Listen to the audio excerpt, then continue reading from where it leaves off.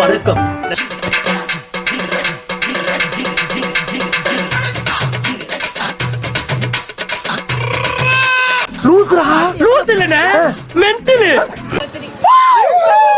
வாய பாரு.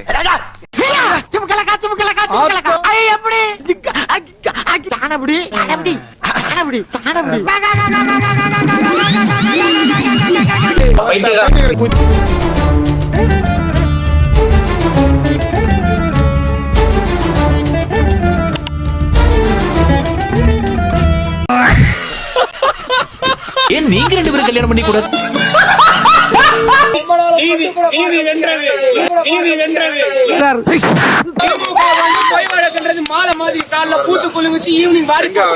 என்னடா டயலாக் இது? எவன் எழுதி கொடுத்தான? அது இப்படி பேசிட்டு போறான்.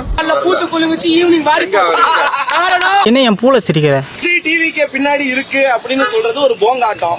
ஜென்சி டிஎம்கே பின்னாடியும் ஈக்குவலா இருக்கு அப்படிங்கிறதுக்கான ப்ரூஃப் இது. ஒருத்தரை தொட்டிங்கனாலும் இங்க மொத்த படையும் ஆஜராகும். உங்க தலைவருக்கு ஏதாவது தோல்வியாதி இருக்கா? மொத்த லீகல் விங்கும் நாங்க வந்து சிட்டிங் சிஎம் கோர்ட் ரூமுக்குள்ள சிஎம் கூட்டிட்டு போய் வெளியில எம்எல்ஏ கூட இல்லாம கூட்டிட்டு வந்த ஒரு டீம் வச்சிருக்கோம். பயமா அது கடிச்சிடாத. அதாவது பேசுனா கேஸ் எழுதுறதுனால ஒரே ஒரு செய்கை.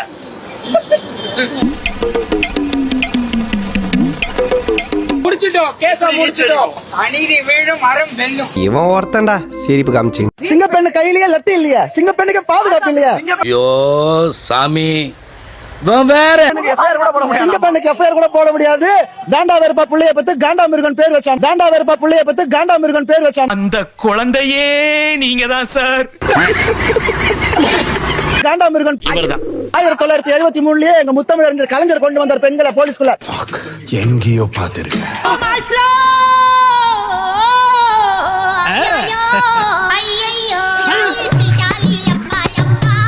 அவனா நீ?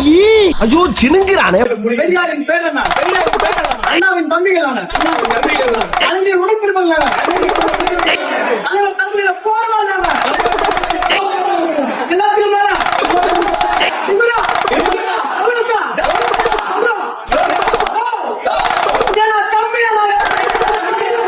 அடங்கொக்காலவலி, இது உனக்கு ஒரு பெருமையாடா?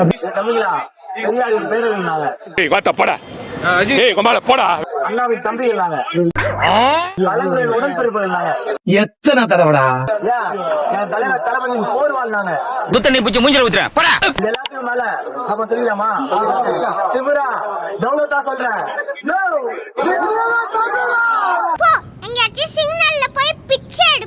முதலமைச்சர் விஜய் கரூர் செல்ல தடை இல்லை என்றிருக்கிறது உச்சநீதிமன்றம். கரூர் வழக்கு தொடர்பான திமுகவின் இடையீட்டு மனு தள்ளுபடி செய்யப்பட்டிருக்கும் நிலையில் திமுகவுக்கு உச்சநீதிமன்றம் கேள்வி எழுப்பியிருக்கிறது.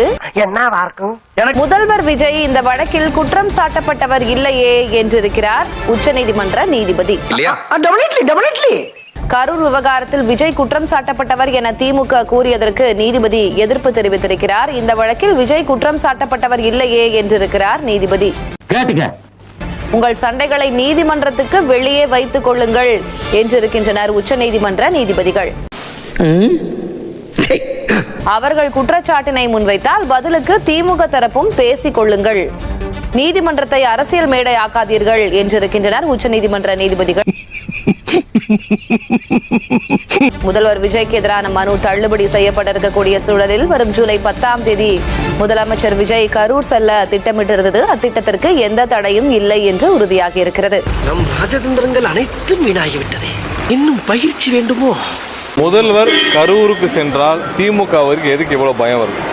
முதல்வர் கரூருக்கு போகணும்னா ஏன் திமுக இவ்வளவு பயப்படுறாங்க? அது காரணம் என்ன?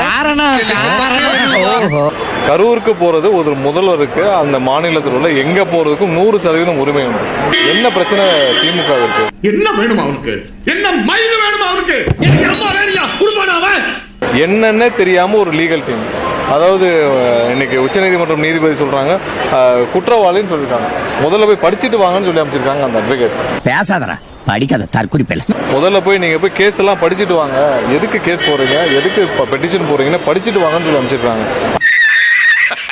அந்த லட்சணத்துல ஒரு டீம். இதை வச்சுட்டு இவர்கள் வந்து சுப்ரீம் கோர்ட் வரைக்கும் போய் எல்லாருடைய நேரத்தையும் வீணடிச்சு வெக்கமா இல்ல வெக்கமா இல்ல. நன்றி, வணக்கம்.